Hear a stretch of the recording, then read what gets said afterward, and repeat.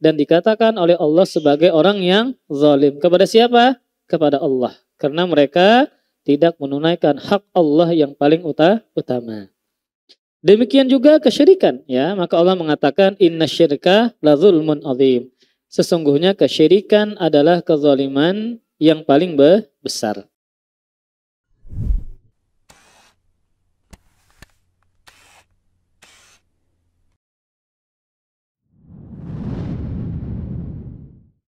Assalamualaikum warahmatullahi wabarakatuh. Alhamdulillah wassalatu wassalamu ala Rasulillah wa ala alihi wa sahbihi wa mawalah wa la haula wa la quwata illa billah amma ba'du. Kita teruskan pengajian kitab Bulughul Maram, kitab adab dan akhlak, dan kita sampai di bab tentang akhlak yang buruk dan di hadis yang kedua, yaitu larangan atau keutamaan orang yang menahan diri ketika sedang emosi atau marah.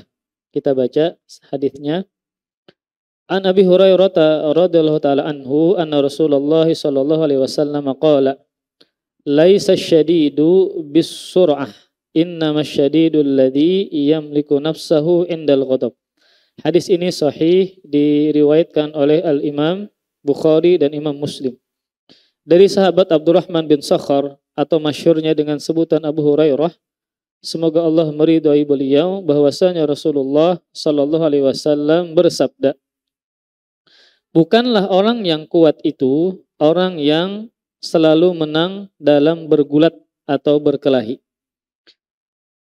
Orang yang kuat sebenarnya adalah orang yang sanggup menahan dirinya ketika dia sedang marah atau emosi. Maka di antara akhlak buruk yang seharusnya dijauhi oleh setiap muslim adalah mudah melampiaskan amarah, mudah melampiaskan emosi. Maka sebaliknya, di antara akhlak mulia yang seharusnya dimiliki oleh setiap muslim adalah bersabar dan bisa mengendalikan amarahnya dan emosinya.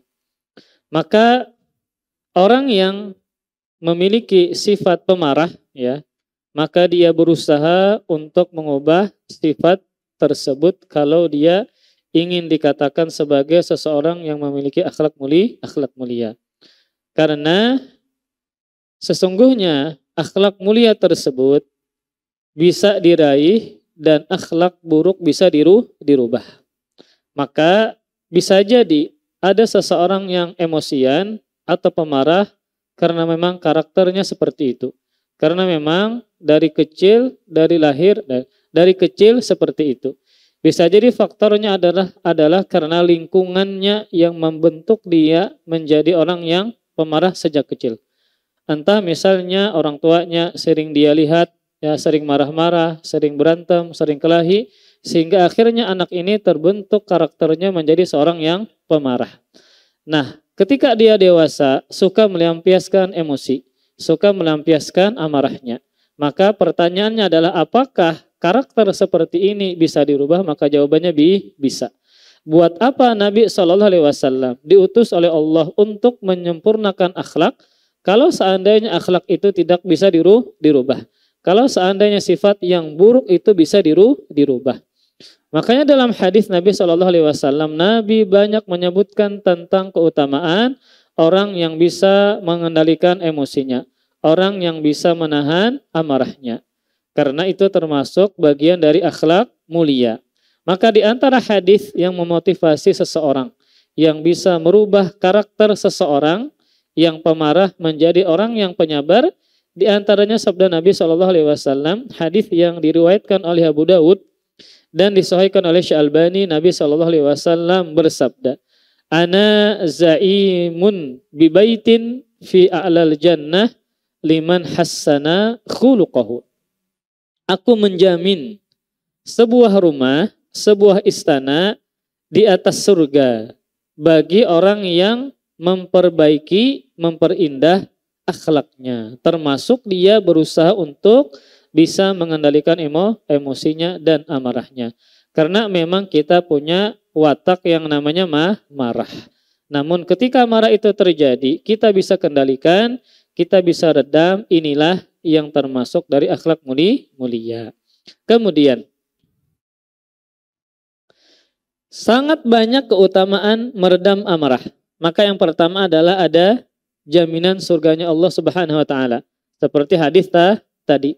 Dan juga firman Allah Subhanahu wa taala di surah Ali Imran ayat 133 dan 134. Firman Allah Subhanahu wa taala, "Wasari'u ila maghfiratin mir rabbikum wa jannatin arduhas samawati wal ard uiddat lil muttaqin." Alladzina yunfiquna fis sarra'i wad dharra'i wal kadhiminal ghaidha wal 'afina 'anil nas wallahu yuhibbul muhsinin. Kata Allah Subhanahu wa taala, dan bersegeralah kalian menuju ampunan Rabb kalian dan menuju surga yang luasnya seluas langit-langit dan bumi yang disiapkan untuk orang-orang yang bertakwa. Kemudian Allah Subhanahu wa taala menafsirkan orang yang bertakwa ini yang mereka bersegera menuju ampunan dan surga Allah, yaitu orang-orang yang membelanjakan hartanya. Ketika di masa lapangnya, ya, masa banyaknya uang, banyaknya harta, ya, dan juga dia tetap membelanjakan hartanya di jalan Allah ketika dalam kondisi sempit. Nah, itu yang pertama. Kemudian yang kedua, dan orang-orang yang menahan amarahnya. Yang ketiga, dan orang-orang yang memaafkan kesalahan orang lain. Maka Allah Subhanahu wa taala mencintai orang-orang yang berbuat kebajikan. Maka di sini orang yang bertakwa yang Allah jelaskan mereka adalah orang yang bersegera menuju ampunan Allah dan surga Allah. 3 sifat takwa yang Allah sebutkan. Yang pertama, tetap bersedekah, tetap berinfak di jalan Allah, kondisi lapang atau kondisi sempit. Yang kedua, ini poinnya, yaitu orang-orang yang mampu menahan amarahnya. Maka siapa dari kita yang tidak bisa marah? Namun ketika dia marah, mampu dia kendalikan. Maksudnya apa? Lisannya dia tahan dari mengeluarkan kata-kata yang menyakitkan, kata-kata yang kotor, yang buruk. Kemudian anggota tubuhnya, tangannya, kakinya, dan yang lainnya tidak merusak barangkah, tidak melakukan perbuatan-perbuatan yang diharamkan Allah Subhanahu wa taala. Maka dari kita pasti marah. Pasti pernah marah. Dan banyak hal-hal yang memancing emosi kita setiap hari. Nah, sangat banyak. Pian seorang pedagang, ada pembeli memilih macam-macam, terbongkar gudang pian, mencarikan barang sidin. Sudah sidin sadangi, pina rasok aja, pina bagus saja, akhirnya sidin kada jadi. Nah, maka sudah terbongkar-bongkar barang pian. Terkadang apa? Kita emosi. Kita apa? Kita emosi, kadang kita harena lagi sidin. Karena sudah kebangatan kayak itu nah bahasa kitanya. Nah, ini kan berarti apa? Terkadang kita emosi dan banyak hal-hal yang memancing emosi kita. Seperti di rumah, ya, bagi para ummahat, ibu-ibu yang punya anak yang masih kecil, yang kadang sangat aktif, ya, sangat, bahasa kitanya sangat cinik, Pak. Nah, kalau gasing itu sangat cinik berputarnya. Ini kan akan seperti itu, wataknya beda-beda. Ya, kadangnya melampiaskan kebiasaan dia, ya. Jadi anak kecil itu memang seperti itu, kadang cinik, benar. Kadang kayak orang pendiam, mana kayak orang garing kurang misalnya. Kadang anak itu dia sangat sangat aktif, ya. Membalik banyu, nah, benaik-naik, dinding dicoreti, macam-macam. Itulah yang banyak membuat para ibu-ibu itu apa? Bisa stres, nah, bisa emosian macam-macam. Maka inilah hadis yang harus kita baca, ilmu yang kita harus pelajari bahwa memang benar sulit untuk mengendalikan emosi. Makanya Allah tawarkan dengan janji yang sangat besar surganya Allah Subhanahu wa taala karena memang sulit untuk mengendalikan emosi. Ketika ada sebuah amalan yang sulit dikerjakan, biasanya ganjarannya besar. Seperti apa? Mengendalikan emosi. Seperti apa? Setelahnya orang-orang yang mampu memaafkan kesalahan orang lain. Nah, maka inilah amalan-amalan yang terbaik yang menunjukkan dia adalah orang yang bertakwa kepada Allah Subhanahu wa taala. Kemudian keutamaan yang kedua bagi orang yang bisa meredam amarahnya. Hal tersebut adalah merupakan wasiat siapa? Kekasih kita Rasulullah sallallahu alaihi wasallam.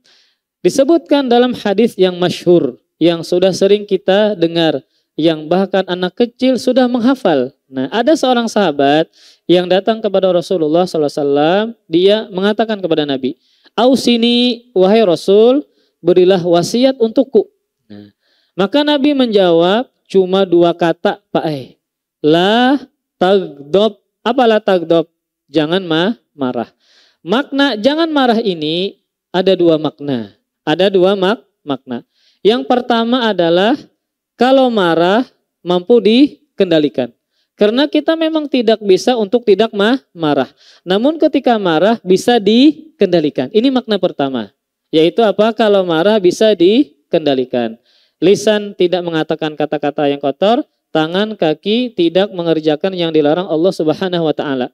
Makna yang kedua adalah jangan marah, jangan mencari atau jangan terjebak dalam situasi yang mana kita bisa terpancing emosi. Nah, jangan kita berada pada suatu kondisi atau pada sebuah tempat yang membuat emosi kita terpancing. Misal nih, kita punya kawan nang ketujuh bahapakan. Nang ketujuh apa? Bahapakan.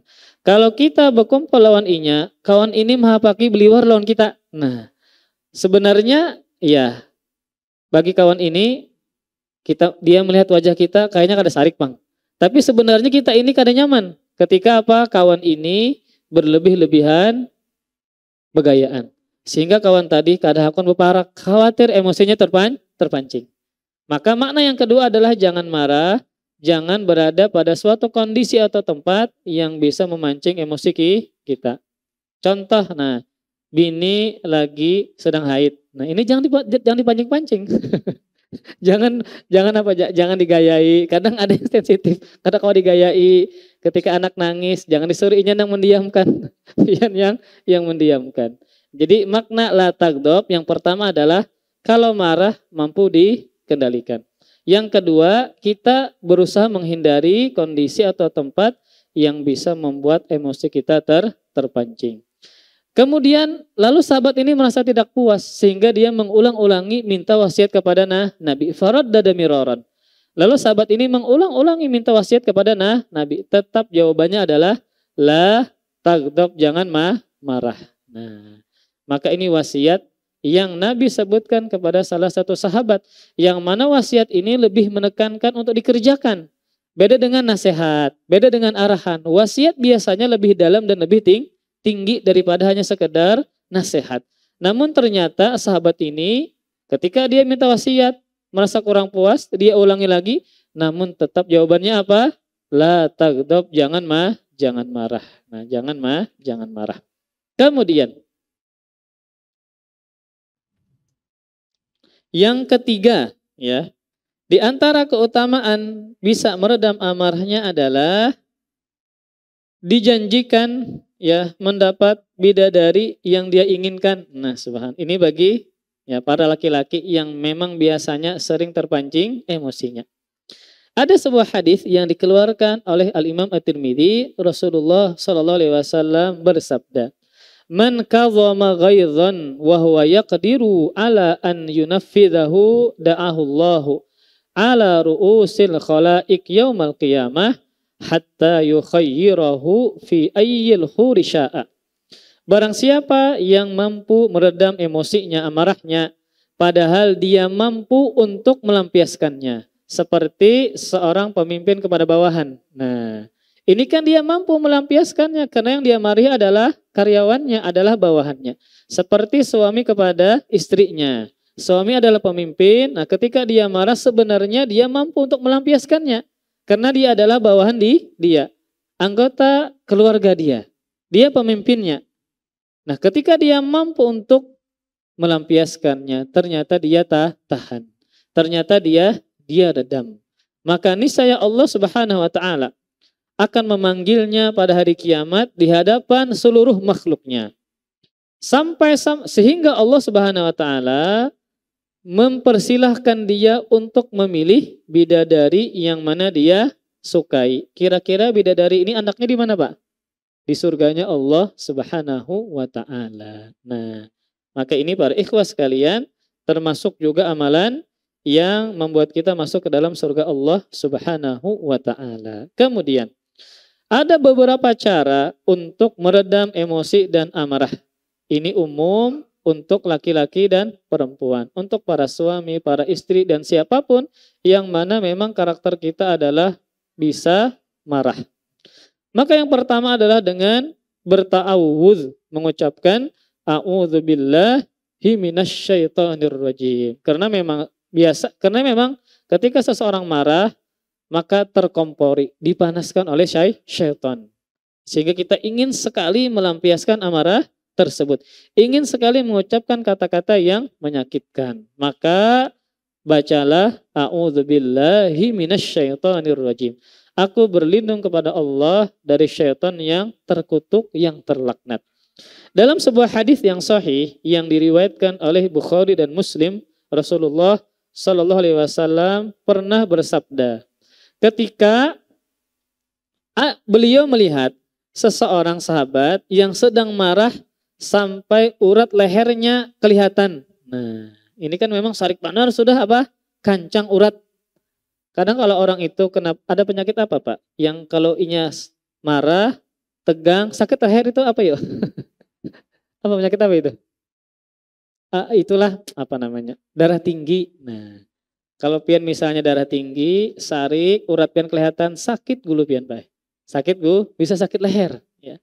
Maka ketika Nabi melihat seorang sahabat yang sedang marah, sampai-sampai urat lehernya kelihatan, saking marahnya, maka Nabi mengatakan, Inni la'alamu kalimatan, law qalaha la dhahaba anhu ma yajid. Sesungguhnya aku mengetahui suatu kalimat, yang jika dia mengatakan, mengucapkannya, maka hilang amarahnya, maka hilang kemarahannya. Lau qala, jikalau dia membaca a'udzubillahi minasyaitonirrajim, dhahaba anhu ma yajid, niscaya akan hilanglah marah yang dia rasakan. Nah, jadi perbanyak mengucapkan a'udzubillahi, dan pian ingat itu adalah perbuatan dari syaitan. Maka padamkan dengan membaca a'udzubillahi minasyaitonirrajim. Maka langkah yang pertama yang bisa kita lakukan, dan ini adalah langkah yang paling ringan, nah, daripada nanti langkah-langkah berikutnya adalah dengan membaca a'udzubillahi minasyaitonirrajim. Kemudian, nah kenapa demikian kita disuruh membaca, meminta perlindungan kepada Allah dari syaitan? Karena memang marah ini adalah hal yang sangat diinginkan oleh syaitan. Karena syaitan tahu apabila seseorang marah, maka dia akan terpancing melakukan banyak hal yang berbahaya. Hal-hal yang menzalimi orang yang dia marahi. Nah, entah dengan mencaci maki, mengeluarkan kata-kata yang kotor, bahkan bisa dengan memukul, berarti menzalimi orang lain. Dan itu adalah hal yang sangat disenangi oleh siapa? Syaitan. Membuat kita menzalimi orang lain, menyakiti muslim yang lainnya. Kemudian cara yang kedua, dengan berwudu. Dengan apa? Berwudu. Dalam sebuah hadis yang dikeluarkan oleh Abu Daud, Syekh Syu'aib Al-Arnaud menyebutkan sanadnya adalah Hasan. Rasulullah Sallallahu Alaihi Wasallam pernah bersabda, Innal ghadaba minasyaitan wa inna syaitan khuliqa minan nar wa innama tutfa'un nar bil ma' fa idza ghadiba ahadukum falyatawadda. Sungguh marah itu berasal dari syaitan, dan syaitan diciptakan dari api. Maka jika seorang dari kalian marah, maka padamkanlah api itu dengan berwudu. Makanya kalau orang sarik itu muhanya apa, Pak? Habang, muhanya memerah. Nah, itu sifat dari api, warnanya merah.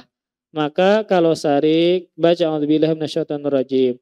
Ternyata masih ada sarik juga, nah bawa wudu, bawa apa? Berwudu. Basuh wajah, basuh tangan. Minimal ada pergerakan. Ada pergerakan ke dapur, kemudian membasahi wajahnya dengan air dan anggota tubuh yang lain. Kemudian baca doa. Kan setelah dia berwudu membaca doa sehingga dia ingat kepada Allah Subhanahu wa taala. Kemudian cara yang ketiga adalah dengan mengubah posisi. Dengan apa? Mengubah posisi. Kalau dia marah tatkala berdiri, maka dia berduduk. Tatkala dia misalnya marah dalam kondisi duduk maka beraba atau dengan berdiri. Nah, atau pian keluar rumah seperti yang pernah dilakukan oleh Ali bin Abi Thalib ketika berselisih dengan istrinya Fatimah. Sidin keluar rumah kemana Pak? Ke masjid. Beraba di mana? Di masjid. Maka di antara tips atau cara yang diajarkan oleh Nabi sallallahu alaihi wasallam, kalau kita marah dalam kondisi berdiri maka hendaklah dia duduk. Kalau seandainya dengan duduk belum hilang marahnya, maka dia beraba atau berbaring. Maka apa sebabnya? Apa hikmahnya merubah posisi tadi? Karena kalau dia marah ketika berdiri, kemudian dia duduk, ya, maka dengan duduk akan membatasi pergerakannya. Akan apa?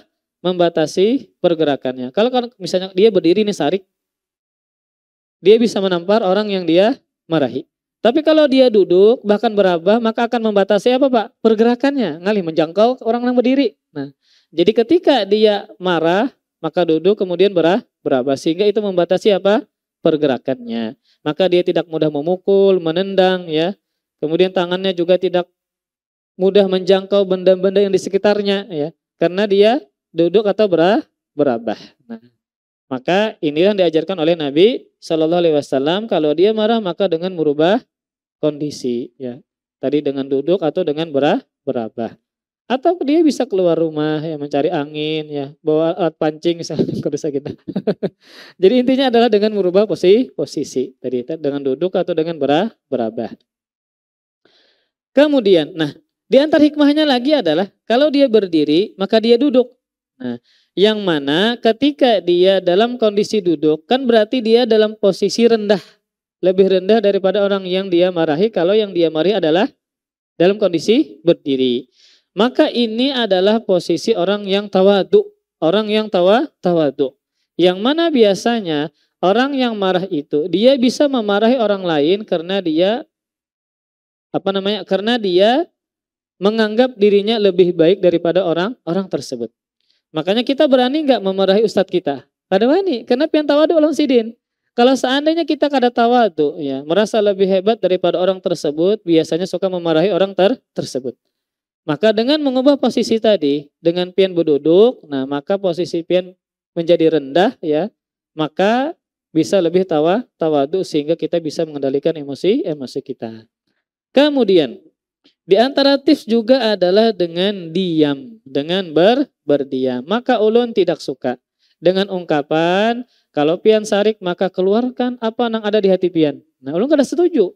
Kalau seandainya yang dikeluarkan adalah kata-kata kotor, kata-kata yang menyakitkan, maka jangan dikeluarkan. Mungkin pian membaca apa, kata-kata motivasi apa. Misalnya kalau pian sarik keluarkan aja isi berataan yang ada di kepala pian. Sehingga pelong. Nah, ulun kada setuju dengan perkataan ini. Kenapa demikian? Kalau seandainya dikeluarkan adalah kata-kata yang buruk, maka ini yang terlarang. Maka Nabi mengajarkan tipsnya adalah dengan diam. Karena dengan diam kita tidak mengeluarkan kata-kata yang kotor, yang buruk, yang biasanya keluar karena marah. Nah, perhatikan hadisnya.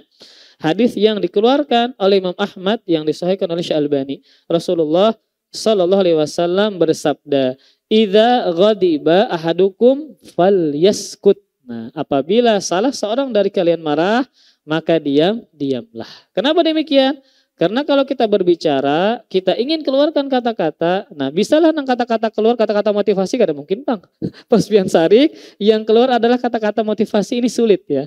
Maka biasanya orang itu marah, yang keluar adalah kata-kata yang buruk. Maka kalau seandainya yang buruk yang keluar, maka lebih baik diam. Ini semakna dengan hadis yang lain.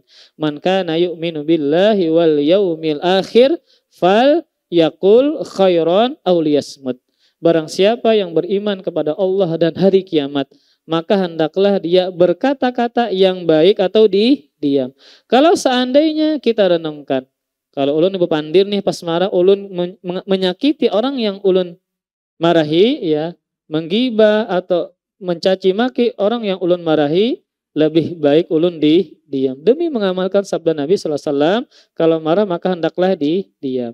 Ya memang kalau seandainya kita marah, namun kalau marah itu yang dikeluarkan adalah kata-kata yang baik, kata-kata nasihat, maka silahkan.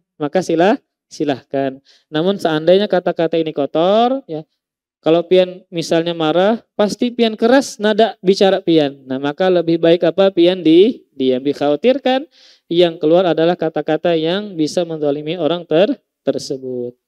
Nah, bahkan ya, dalam hadis yang lain, Rasulullah Shallallahu Alaihi Wasallam melarang hakim. Ya, hakim ini adalah yang memutuskan vonis. Nah, memberikan keputusan ketika dia sedang marah. Makanya seorang hakim ini di antara sifat adilnya dia adalah ini orang hakim ini jangan sampai adalah orang yang emosian. Musia pas lagi berkelahi lawan bini di rumah. Lalu ada persidangan. Sidin yang memutuskan. Nah, musia bertambah vonisnya karena sidin terbawa emosi ketika di rumah. Makanya Nabi melarang ketika seorang hakim itu memvonis ya bersalah seseorang ketika dia sedang marah. Dikhawatirkan malah tidak adil menambah beban berat vonis bagi orang tersebut. Nah, dalam hadis yang sahih yang diriwayatkan oleh Al-Imam Bukhari dan Imam Muslim, ya Rasulullah sallallahu alaihi wasallam juga pernah bersabda, la yaqdiyanna hakam bainatsnaini wa huwa ghadban. Janganlah sekali-kali seorang qadhi, seorang hakim memutuskan hukum di antara dua orang yang berselisih dalam kondisi marah. Dikhawatirkan malah memperberat orang yang dia sidang. Akhirnya dia tidak adil dalam memvonis. Nah, ini maka orang yang menjadi hakim itu orang yang penyabar. Nah, yang bisa mengendalikan emosinya sehingga dia bisa memutus dengan adil, dengan baik ketika dia tidak dalam keadaan marah. Sehingga emosinya stabil, terkontrol dan adil ketika memutuskan. Demikian pula yang sering terjadi antara suami istri. Maka terkadang suami sering memarahi istri. Sebaliknya juga demikian. Istri juga bisa sering memarahi suami. Nah, maka seringkali penyebab utama ya terjadinya perceraian, perpisahan adalah karena tidak bisa menahan emosi. Tidak bisa mengontrol. Akhirnya suami ini mengeluarkan kata talak. Dan kata talak akan terjadi walaupun si suami mentalak dalam kondisi apa Pak? Sarik tetap apa? Terjadi. Tetap apa? Tetap sah kata-kata talaknya. Nah, ini hati-hati para ikhwas sekalian. Jangan sampai kita mentalak istri kita, menceraikan istri kita karena faktor emosi. Apalagi hal-hal yang ringan, hal-hal yang sederhana, berkelahian. Ini memang terkadang demikian ya. Makanya kita para suami ya, dari sekian banyaknya ilmu bagaimana menghadapi bini, sebenarnya dua sifat aja nang pian hadapi agar pian bisa bertahan lawas sampai mati dengan istri pian. Ini baik bagi suami atau bagi istri. Cuma dua sifat Pak Ai. Yang pertama sabar, yang kedua mengalah. Insya Allah itu rumah tangga pian akan lenggeng. Akan apa? Lenggeng. Biasanya emosi itu sesaat. Ketika lawas sejam 2 jam, kenapalah sarik tadi? Kalau sabar kan selesai masalahnya. Terkadang seperti itu Pak. Ya terkadang apa kita menyesal setelah kita memarahi. Nah, jangan kira ulun ini penyabar kadang Pak. Kadang sarik jua lawan bini, kadang sarik jua lawan anak. Ketika menyariki anak, kenapa sarik? Menyesal. Kadang seperti itu. Kadang apa menyesal. Nah, jadi memang seperti itu ya. Menyesal memang datangnya belakangan. Maka kalau pian bisa sabar atau pian nang mengalah, nah insya Allah itu bisa diredam. Akhirnya menjadi sesuatu yang bisa dikontrol dan bisa dikendalikan. Kemudian, nah maka memang banyak terjadi perceraian, kalimat talak karena suaminya marah. Entah perkara-perkara yang biasa, bahkan perkara berat sekalipun, maka kita berusaha untuk menghindari kata-kata talak. Nah, maka benarlah ya perkataan sebagian salafus soleh tentang sifat marah ini. Awalul ghadab jununun wa akhiruhu nadam. Nah, awal dari kemarahan adalah kegilaan. Nah, makanya kalau orang itu sudah di puncak ubun-ubun emosinya kayak orang gila sudah.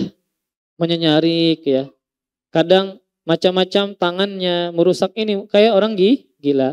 Setelah dia reda marahnya, maka menyesal, piring hancur, TV rusak, nonton bola ternyata kalah yang dia dukung ya. Maka TV dirusak, macam-macam. Timbah TV rusak baru menyesal. Nah, jadi kalau sudah di ubun-ubun, di puncak emosi maka seperti orang gila. Nah, maka kalau sudah mereda, ampi marahnya maka menyesal, akhirnya menyesal. Kemudian, nah, di antara cara kita untuk menahan emosi adalah mengingat ayat-ayat Al-Qur'an dan hadis-hadis Rasulullah Sallallahu Alaihi Wasallam tentang keutamaan bisa mengendalikan amarah maka sangat banyak. Tadi di antaranya adalah jaminan masuk surga, wasiat kekasih kita Rasulullah Sallallahu Alaihi Wasallam, ya. Kemudian juga ada banyak pahala yang kita bisa dapatkan di balik marah tersebut dan seterusnya.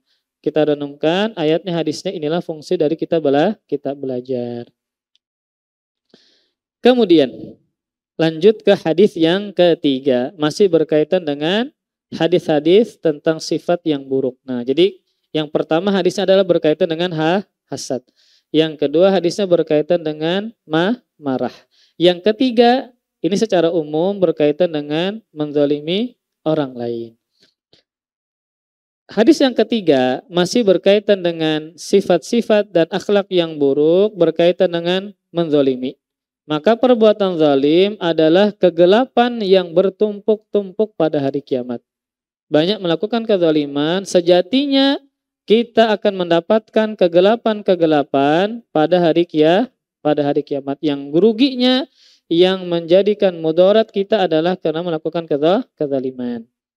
Maka dari sahabat Abdullah bin Umar radhiyallahu anhuma anin Nabi sallallahu alaihi wasallam qala az-zulmu dzulumatun yaumal qiyamah.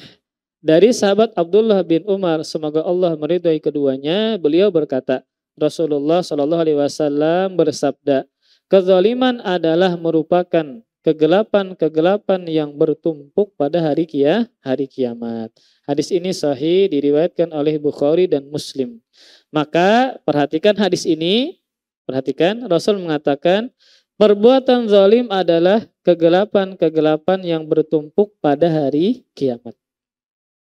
Para ulama menyebutkan dua penafsiran dari sabda Nabi, kezaliman adalah kegelapan-kegelapan pada hari kiamat. Penafsiran yang pertama secara tekstual, secara zahir, maka berarti orang yang melakukan kezaliman dia akan gelap. Maksudnya tidak ada cahaya sama sekali pada hari kiamat. Sesuai dengan tekstual makna zahir hadis bahwa perbuatan zalim adalah kegelapan-kegelapan pada hari kiamat. Berarti orang ini ketika di hari kiamat tidak ada cahaya, gelap. Nah, pian bayangkan di kubur sudah kadap nih. Terjadi hari kiamat, dibangkitkan, gelap juga tidak bisa melihat. Pian bayangkan menunggu sekian lama ya dalam kondisi demikian. Jadi makna tekstual dari hadis ini adalah, dan ini juga sebagian pendapat para ulama, bahwa memang benar orang yang melakukan kezaliman pada hari kiamat gelap, tidak melihat cahaya sama sekali. Nah, berbeda sebaliknya bagi orang beriman. Orang beriman bertakwa kepada Allah, meninggalkan perbuatan zalim, maka di depan dia ada cahaya, di kanan dia ada cahaya yang terang, sehingga memudahkan langkahnya menuju surganya Allah Subhanahu wa taala. Dalam Al-Qur'an surah Al-Hadid ayat 12. Firman Allah Subhanahu wa taala tentang kondisi orang beriman pada hari kiamat. Yauma taral mu'minina wal mu'minat yas'a nuruhum baina aydihim wa bi aymanihim. Busyrakumul yawma jannatun tajri min tahtihal anhar. Pada hari engkau melihat orang-orang beriman laki-laki dan perempuan, cahaya mereka bersinar, ya, terang di hadapan mereka dan di sebelah kanan mereka. Allah berikan cahaya sehingga terang. Dikatakan kepada mereka, orang beriman ini yang mendapatkan cahaya yang terang. Inilah kabar gembira kepada kalian. Ini belum masuk surga. Dia sudah apa? Dikasih terang, ada cahaya, sehingga dikatakan inilah kabar gembira untuk kalian. Bagi kalian surga-surga yang mengalir di bawahnya sungai. Maka semakin sempurna cahaya orang beriman, maka semakin mudah jalannya menuju apa? surganya Allah Subhanahu wa taala. Dan berbeda sebaliknya orang yang melakukan kezaliman. Maka pada hari kiamat Allah Subhanahu wa taala akan menyiapkan untuk mereka kegelapan yang bertumpuk-tumpuk sehingga mereka tidak melihat cahaya sama sekali dan mendekatkan diri mereka ke dalam neraka Allah Subhanahu wa taala. Ini makna yang pertama, bahwa hadis ini dibawakan kepada makna zahir tekstual, bahwa perbuatan zalim adalah kegelapan-kegelapan yang bertumpuk pada hari kiamat. Maksudnya dia tidak melihat cahaya sama sekali, gelap ketika di hari kiamat. Makna yang kedua, maka maknanya kegelapan-kegelapan ini adalah kesulitan-kesulitan yang besar. Kesulitan-kesulitan yang besar. Tidak mesti gelap.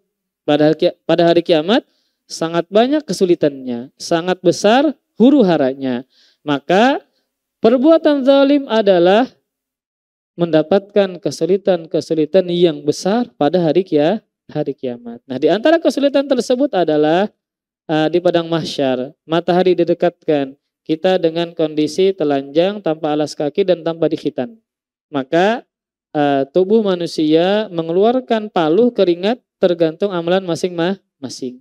Maka bisa jadi orang yang melakukan kezaliman ketika di dunia, ya, menzalimi orang lain, menzalimi kucing, menzalimi binatang peliharaan, atau menzalimi istrinya, anaknya, tetangganya, dan seterusnya, maka ternyata bisa jadi keringatnya menenggelamkan orang tersebut. Salah satu kesulitan pada hari kiamat. Nah, pian bayangkan tenggelam melawan kada banyu nang jernih di kolam renang bang kada. Ini tenggelam dengan paluh dengan keringat. Nah, maka makna yang kedua kata sebagian ulama, kegelapan di sini dibawakan kepada makna kesulitan yang sangat besar, kesulitan yang sangat dahsyat. Ketika dia ternyata melakukan kezaliman entah kepada Allah, kepada diri sendiri atau kepada orang lain. Kemudian kezaliman terbagi 3 macam. Para ulama membagi perbuatan zalim kepada 3 jenis. Yang pertama, zalim berkaitan dengan hak Allah. Zalim berkaitan dengan hak Allah. Seperti tidak berpuasa, tidak sholat, dia menzalimi Allah. Nah, kata-kata menzalimi Allah bukan berarti menyakiti Allah. Allah maha kuat, maha kuasa, tidak mungkin ada makhluk yang menyakitinya. Maka maksud menzalimi Allah adalah dia melalaikan hak Allah Subhanahu wa taala, seperti tidak sholat, seperti melakukan kesyirikan kepada Allah Subhanahu wa taala. Maka jenis kezaliman yang pertama adalah menzalimi Allah Subhanahu wa taala. Nah, kata-kata menzalimi Allah bukan berarti seseorang ini menimpa kemudaratan kepada Allah. Maka Allah tidak bisa diberikan kemudaratan oleh makhluk siapapun. Berbeda dengan istilah dia menzalimi kucingnya, berarti dia menyakiti kucingnya. Tapi berkaitan dengan dia menzalimi Allah bukan berarti dia menimpakan kemudaratan kepada Allah Subhanahu wa taala. Nah, seperti dia melakukan kesyirikan kepada Allah, maka dia melakukan kezaliman yang paling besar kepada Allah. Seperti firman Allah Subhanahu wa taala surah Al-Baqarah ayat 254, wal kafiruna humudz zalimun. Dan orang-orang kafir mereka adalah orang-orang yang zalim. Zalim kepada siapa? Kepada Allah. Karena mereka tidak menunaikan hak Allah yang paling utama berupa mentauhidkan Allah dan beribadah hanya kepada Allah. Maka mereka orang kafir dan dikatakan oleh Allah sebagai orang yang zalim. Kepada siapa? Kepada Allah. Karena mereka tidak menunaikan hak Allah yang paling utama. Demikian juga kesyirikan, ya. Maka Allah mengatakan innasyirka lazulmun azim. Sesungguhnya kesyirikan adalah kezaliman yang paling besar. Kemudian makna zalim secara bahasa adalah wad'u syai'i fi ghairi mahallihi, meletakkan sesuatu bukan pada tempatnya. Meletakkan sesuatu bukan pada tempatnya. Nah, sehingga seseorang yang mempersembahkan ibadahnya kepada selain Allah, maka sejatinya dia melakukan kezaliman karena dia meletakkan penghambaan bukan pada tempatnya. Bukan pada tempatnya, yaitu kepada Allah Subhanahu wa taala. Maka ketika dia menghambakan kepada selain Allah, berdoa meminta hajatnya kepada selain Allah, maka dia meletakkan penghambaannya bukan pada tempatnya. Seperti tangan memukul kucing. Nah, kucing pulang, kucing lewat pian tampar, ini kan salah. Maka pian meletakkan tangan pian bukan pada tempatnya. Itu adalah perbuatan zalim. Kemudian jenis zalim yang kedua adalah menzalimi diri sendiri. Menzalimi diri sendiri sehingga di akhirat dia merugikan dirinya. Dia membahayakan dirinya. Seperti dia memperturutkan hawa nafsunya sehingga dia bermaksiat kepada Allah Subhanahu wa taala. Seperti dia tidak sabar ketika mendapatkan musibah. Ini menzalimi diri sendiri yang bisa mengakibatkan dia mendapatkan kemudaratan bahaya pada hari kiamat. Kemudian jenis kezaliman yang ketiga adalah kezaliman kepada makhluk yang lain. Kezaliman kepada orang lain. Dan ini sangat berbahaya. Apa sangat berbahaya? Kalau kita berbuat zalim berkaitan dengan hak Allah selain kesyirikan, maka Allah Maha Pengampun. Maka sifat Allah adalah Maha menyayangi dan Maha mengampuni. Tetapi berbeda dengan makhluk. Nah, tetangga pian sakiti, bahkan keluarga pun yang kita sakiti, dia terkadang sulit untuk memaafkan. Seperti orang tua nang ketujuh menyambati anaknya, maka anaknya bisa jadi dendam, tidak akan pernah memaafkan kesalahan orang tuanya. Ini berkaitan dengan menyakiti hati ini, anak bisa tidak bisa memaafkan kesalahan orang tuanya.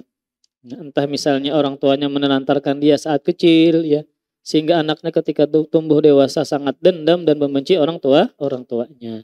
Maka ini berkaitan dengan menzalimi orang lain, ini lebih berbahaya. Karena bisa dikhawatirkan tadi berkaitan dengan peradilan Allah pada hari kiamat. Pahala kita bisa diambil oleh orang lain.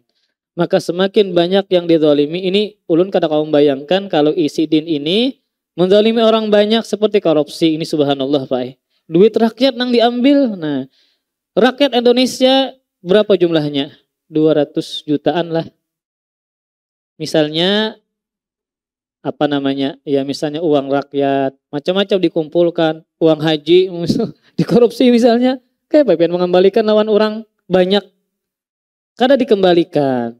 Ada yang tidak rela, ini pian berhadapan pada hari kiamat. Ini kalau berkaitan dengan duit orang banyak, kita harus hati-hati. Nanti susah minta maafnya, susah mengembalikannya, apalagi jumlahnya sangat banyak.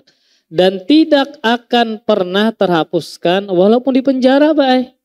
Harus apa dikembalikan. Misalnya sidin ini korupsi misalnya. Lalu sidin masuk penjara. Apakah ketika masuk penjara itu sudah bebas urusannya? Maka jawabannya tidak. Sidin harus mengembalikan duit yang sidin dulu ambil. Harus dikembalikan. Maka tidak cukup walau sidin divonis masuk ke dalam penjara. Harus dikembalikan. Kan syarat taubat berkaitan dengan dosa kepada orang lain seperti mencuri, mengambil hak orang lain, harus apa Pak? Dikembalikan. Nah, bisa kita minta maaf, minta rela, kalau iya sidin direlakan, selesai urusannya.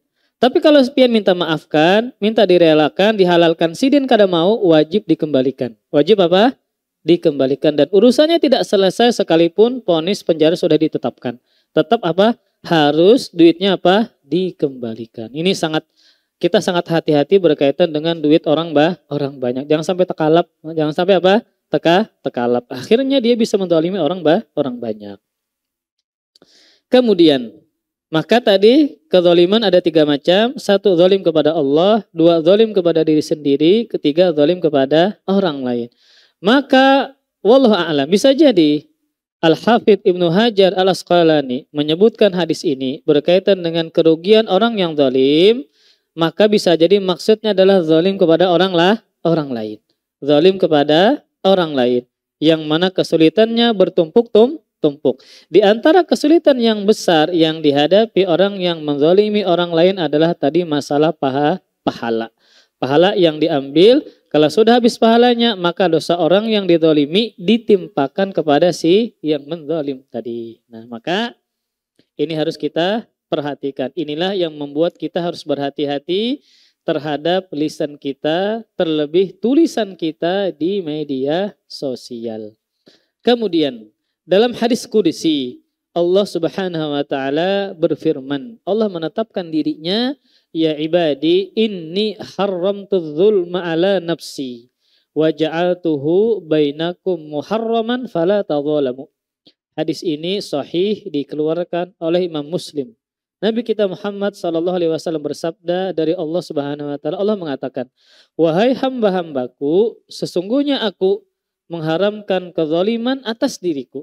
Maka Allah mengharamkan kezaliman terhadap dirinya dalam artian Allah tidak pernah melakukan kezaliman kepada hamba-hambanya.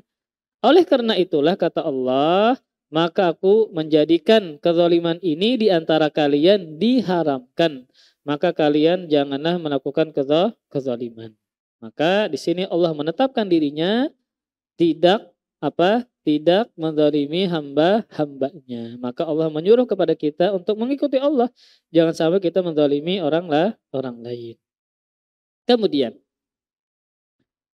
Al-Imam Sufyan Ats-Tsauri, ya, seorang imam, tokoh yang masyhur ahli hadis, beliau mengatakan dalam kitab Tanbihul Ghafilin tentang kezaliman kepada orang lain. In laqitallaha ta'ala bisab'ina dzamban fima bainaka wa bainallah ahwanu 'alaika min an talqahu bidzambin wahid fima bainaka wa bainal ibad.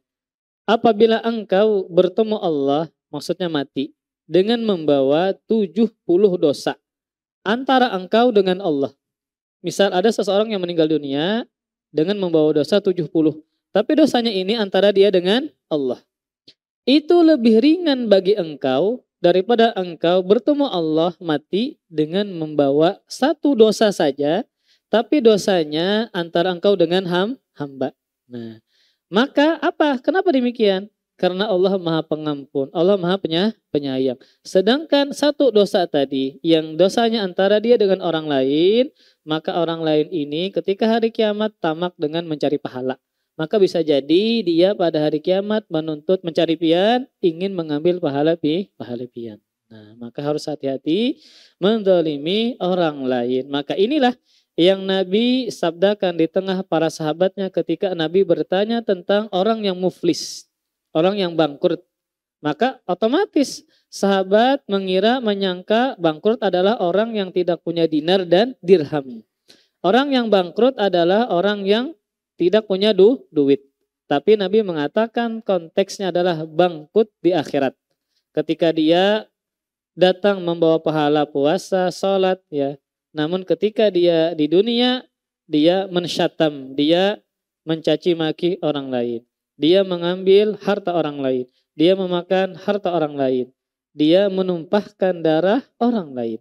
Maka pahalanya diambil, setelah habis maka dosa yang dizalimi ditimpakan kepada orang tadi, maka dia dilemparkan ke dalam neraka. Memang dia orang yang ahli ibadah. Nah, orang saleh, dia orang yang banyak melakukan ibadah-ibadah. Dia salat malam hari, salat qiyamul lail misalnya, siang harinya berpuasa. Namun ternyata dia banyak menyakiti orang lain. Maka dikhawatirkan dia adalah ternyata nantinya orang yang bangkrut, habis pahalanya karena menzalimi orang-orang ketika hidup di dunia. Bahkan benda yang ringan, yang murah pun jangan kita ambil. Sekalipun kayak gulaan, wadai untuk. Ini biasanya kanakan, Bang. Nang kadang ke warung, nah mengiti gulaan sebuting, 2 buting terkadang demikian, ya. Karena ini berkawanan non kawannya mengambil lato-lato. Lalu ini mengambil juga bersembunyi gulaan, wadah. Kita perhatikan, ya. Kalau rumah kita behigan lawan warung, kita perhatikan anak kita. Jangan sampai ini mengumpati kawannya, akhirnya ini mengambil sembunyi-sembunyi wadai kah, coklatos kah. Nah, akhirnya inya nanti ketika dewasa dikhawatirkan ternyata pemilik warung ini kadarela. Nah, maka harus diperhatikan anak-anak kita. Maka, ada sebuah hadis Nabi SAW mengenai ancaman orang yang melakukan kezaliman dengan cara merampas hak orang lain. Di zaman sekarang subhanallah malah tanah dirampas, ya. Sidin ini bertetangga lawan orang, bisi tanah. Tapi suratnya kadi diurus. Tetangga nang mau urus. Padahal Sidin tahu itu adalah tanah milik si tetangga tadi. Namun tetangga satunya mau urus suratnya, akhirnya dia menang. Nah ini bahaya di hari kiamat. Jangankan tanah, kita merampas hak orang, siwak saja. Nah, siwak kan perkara remeh. Kalau bahari itu tidak ada harganya. Nah, sama sekarang 1 real, 2 real sama sekarang. Bahari tidak ada harganya saking banyaknya. Dia bersumpah palsu atas nama Allah. Walaupun yang dia rampas adalah siwak, maka Allah mengharuskan dia masuk ke dalam neraka. Sebuah hadis yang sahih yang dikeluarkan oleh Imam Muslim. Manik taqa'a haqqam ri'in muslim biyaminih faqad aujaballahu lahun nar wa harrama alaihi jannah. Faqala lahu rajul wa in kana sya'an yasiran ya Rasulullah qal wa in qadiban min arak. Barang siapa yang merampas hak seorang muslim dengan sumpah palsunya di persidangan kah atau bukan persidangan kah, dia bersumpah ini barangku padahal bukan. Niscaya Allah mewajibkan dia masuk ke dalam neraka dan Allah mengharamkan surga baginya. Lalu setelah mendengar ini ada sahabat yang bertanya ya kepada Rasulullah SAW. Wahai Rasulullah, sekalipun yang dia ambil, yang dia rampas dengan sumpah palsunya tadi hanya perkara yang kecil, yang ringan, yang murah, Rasul menjawab iya. Sekalipun yang dia rampas dengan sumpah palsunya tadi dari saudaranya, walaupun sepotong kayu, arak kayu siwak. Bahari kayu siwak kada kayak sekarang pang 2 real, wah ini 8.000. Bahari tidak berharga, saking banyaknya tidak diperjualbelikan, sehingga itu adalah barang yang paling remeh, barang yang paling murah. Walaupun itu kalau ada orang yang kayak gulaan zaman sekarang. Nah 1.005 berarti 200 sebiji Pak. Walaupun itu adalah yang pian misalnya bersumpah palsu. Demi Allah jarub ini gulaanku padahal bukan. Maka tadi ancamannya adalah Allah masukkan ke dalam neraka. Dan diharamkan baginya surga. Dia berani bersumpah dengan nama Allah. Ini dia akui padahal bukan, walaupun itu adalah barang yang sangat murah. Nah biasanya orang itu bersumpah palsu kalau memang yang dihadapi adalah barang yang besar. Seperti adalah tadi masalah tanah. Nah di persidangan akhirnya dia menang. Padahal Sidin tahu itu bukan hak Sidin. Tapi karena Sidin mengurus suratnya, akhirnya Sidin menang di pengadilan. Ini bahaya sekali. Bahaya sekali berkaitan dengan mengangkat tanah orang atau mengambil tanah orang. Ya.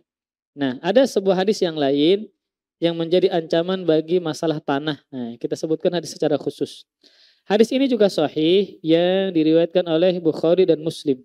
Maka Rasulullah SAW pernah bersabda, "Man dzalama fi dashibrin minal ardi tuwiqahu min sab'i ardin." Barang siapa yang menzalimi orang lain dengan mengambil tanahnya. Ini Rasul sebutkan secara khusus mengambil apa? Tanahnya. Sekalipun hanya sekilan. Nah pian kakat ini batas ulunnya pian. Padahal Sidin tahu, pian tahu ini adalah tanah orang lalu pian ambil sekilan. Nah apalagi semeter 2 meter. Sekilan saja dia mengangkat tanah orang, dia akui ya, maka akan dipikulkan ke atas pundaknya 7 lapis bumi pada hari kiamat. 7 lapis tanah akan ditumpukan ke atas pundaknya pada hari kiamat. Kan tanah sekilan itu sampai ke bawah sampai 7 lapis bumi. Ya, tanah yang dia kakat tadi.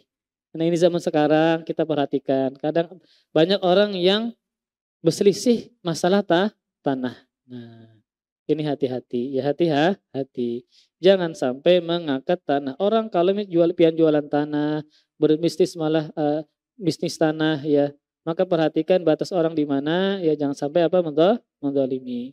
Sekalipun walaupun cuma sekilan, maka tadi ancamannya adalah dia akan ditimpakan di atas pundaknya dengan 7 lapis bumi, dan ini menunjukkan bahwa bumi ini memiliki 7 lapis. Di antara hadis yang lain, ini juga sahih diriwayatkan oleh Imam Muslim, la'anallahu man ghayyara manarul ardi. Allah melaknat orang yang merubah patok-patok tanah. Nah, ini tanah orang sudah nih. Hak milik ini lalu pian geser. Allah melaknat perbuatan tersebut. Ketika ada perbuatan yang ancamannya laknat, berarti dosa besar.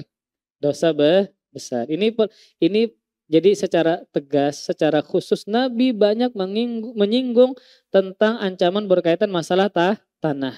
Entah mengambil hak walaupun cuma sekilan, batas tanah orang lalu pian keluarkan, pian masukkan ke dalam batas tanah pian. Nah, ini hati. Allah melaknat berarti hukumnya adalah dosa besar. Kemudian kita habiskan bala. Bukan cuma kita dilarang menzalimi manusia. Manusia kan bisa menuntut balas pada hari kiamat, bisa mengambil pahala kita. Juga kita dilarang untuk menzalimi binatang. Maka bagi pian punya binatang peliharaan, wajib untuk diperhatikan makanannya dan tempat tinggalnya. Jangan sampai kita menzalimi binatang peliharaan tersebut. Karena ada sebuah hadis yang menunjukkan ancaman, hadis sahih yang diriwayatkan oleh Al-Imam Bukhari. Rasulullah bersabda, "Udzibatim ra'atun fi hirratin sajanatha." Ada seorang wanita yang disiksa ya disebabkan seekor kucing yang dia kurung hatta mata sampai mati. Nah, ini entah binatangnya liar kah atau binatang jinak kah? Kalau dikurung, kada pian kasih makan, matinya pian zalim. Terancam dengan siksa.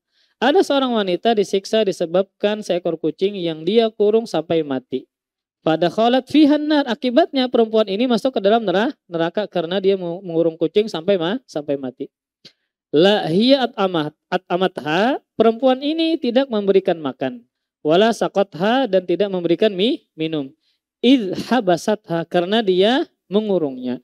Makanya kalau pian punya hewan peliharaan, kada sanggup lagi memakani, pinakoler inya sampai kurus, lapas saja sudah. Sehingga inya bisa mencari makan sendiri. Punya hewan cupang, nah kalatau, ulun bari bahiraguan kalatau. Masa pandemi, supaya jangan keluar rumah, akhirnya bahiraguan. Ya. Kemudian hendak pindah rumah, ulun berikan kepada kekawanan. Ya. Merasa banyak sudah, ulun beternak bisa, baik. Kalau sanggup lagi memakani, ulun berikan ke kawanan. Kalau pian tidak sanggup lagi memberi makan, kayak kucing, kayak burung, ikan, dilapas. Sehingga dia bisa mencari makan sendiri. Nah, karena dia kurung, kucing tadi, akhirnya tidak bisa kucing tadi mencari makan sendiri karena dia kurung. Wala hiya tarokatha ta'kulu min khasyashil ardi. Dan perempuan ini juga tidak membiarkan kucing tersebut keluar rumah dari kurungan tadi, memakan binatang-binatang kecil yang ada di atas permukaan bumi.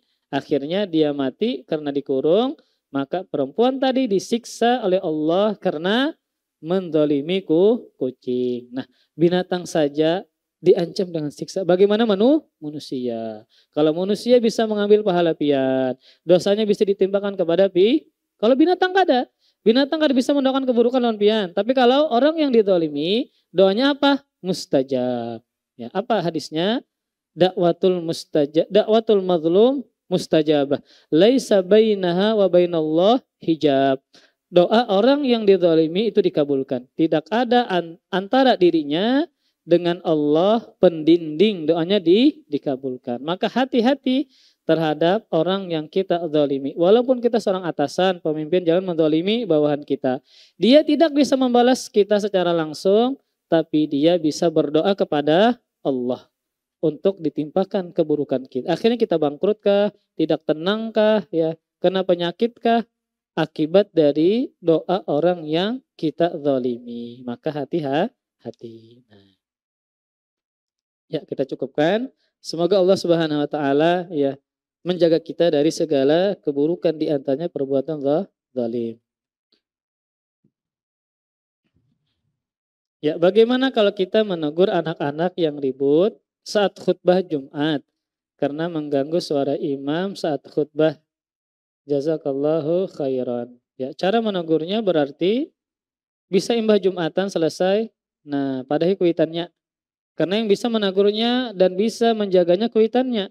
Sehingga kuitannya tadi tidak memperbolehkan anaknya kemana? Ke masjid. Karena mengganggu. Kemudian kan kita kalau ada orang yang ribut, tidak boleh kita tegur dengan lisan. Karena itu adalah perbuatan yang sia-sia. Kita terfokuskan dengan menegur tadi, tidak fokuskan kepada khatib. ya. Kemudian bagaimana caranya? Bisa menegur dengan isyarat. Nah, dibolehkan menegur dengan isyarat. Karena ada hadis Nabi, kita pernah jelaskan fikih subuh Senin berkaitan dengan masalah perbuatan yang tidak mengapa ketika khutbah berlangsung, yaitu menegur dengan isyarat. Dan ini pernah terjadi ketika ada sahabat yang bertanya, berbicara kepada Nabi sedangkan Nabi sedang khutbah. Nabi sedang khutbah, ada yang bertanya. Sehingga para sahabat berisyarat agar yang bertanya ini duduk. Nah, ketika melihat itu Nabi tidak menegur, menunjukkan menegur dengan isyarat tidak mengapa. Tetapi menegur dengan lisan maka jangan. Ya, faqat lagauta. Engkau melakukan perbuatan yang sia-sia, maka boleh menegur dengan isyarat. Nah, tapi tadi kalau seandainya demikian, nah maka pian bisa pengamatan memandiri kuitannya. Karena yang bisa untuk membuat anak ini tidak ke masjid, begana aja di rumah adalah kuitannya. Maka pada kuitannya begini begitu ya. Kemudian kita sebagai kuitan harus sadar, jangan sampai keberadaan anak ternyata malah mengganggu orang lain. Memang benar kita ingin membiasakan anak kita ini tumbuh menjadi anak yang soleh soleha, terbiasa dengan masjid. Nah, namun kita harus sadar fungsi dari masjid adalah sumber ketenangan. Sumber apa? Sumber ketenangan. Bagaimana kita tenang beribadah kepada Allah Subhanahu Wa Taala. Makanya para ulama menyebutkan kalau kita ingin membawa anak, maka bawalah anak yang sudah mumayyiz, yang sudah kecerdasan akalnya sempurna sehingga ketika dia ditegur dia faham. Kalau yang pian bawa umur anak 3 tahun kita celenginya kada paham karena bukan anak yang memayis. 7 tahun, 8 tahun sempurna akalnya, kalau ditegurnya faham. Itu yang harus kita bawa. Nah, umur 2 tahun, 3 tahun tidak bisa dikontrol, aktif banget ke 7 naik ke meja ustadz ke situ misalnya, maka tidak usah dibawa. Nah, wallahu a'lam bishawab.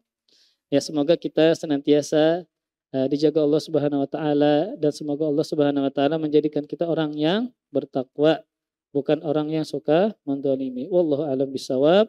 Wa sallallahu ala nabiyina Muhammadin wa ala alihi wa sahbihi wa baraka wa sallam. Subhanakallahumma bihamdika asyhadu an la ilaha illa anta astaghfiruka wa atubu ilaik. Wassalamualaikum warahmatullahi wabarakatuh. Terima kasih. Jazakumullah khairan wa barakallahu fikum. Video ini dibuat atas partisipasi dari donasi Anda. Semoga menjadi amal jariah bagi Anda semuanya.